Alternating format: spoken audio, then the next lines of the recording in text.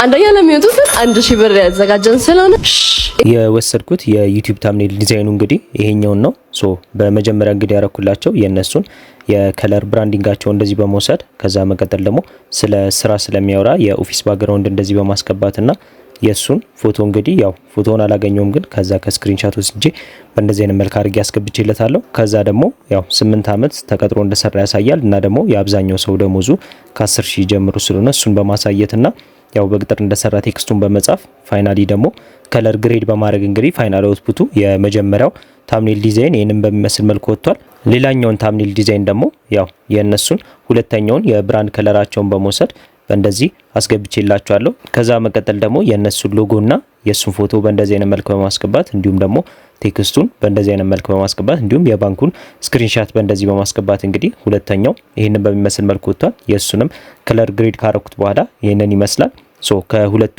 የወደዳችሁትን ኮሜንት ሴክሽን ላይ አሳውቁኝ። እንዲሁም ደግሞ ይሄ ቪዲዮ እነሱ ጋር እንዲደርስ እንግዲህ የኮሜንት ሴክሽን ላይ በመግባት አፍሪ ወርክስ ብላችሁ ሜንሽን ማድረግ ትችላላችሁ። እናንተም እንድሰራላችሁ የምትፈልጉት ማንኛውም አይነት የግራፊክስ አይነት ስራ ካለ አፎርደብል በሆነ ፕራይስ እዚህ ጋር ባለው ስልክ በመደወል እንግዲህ እኔን ማሰራት ትችላላችሁ።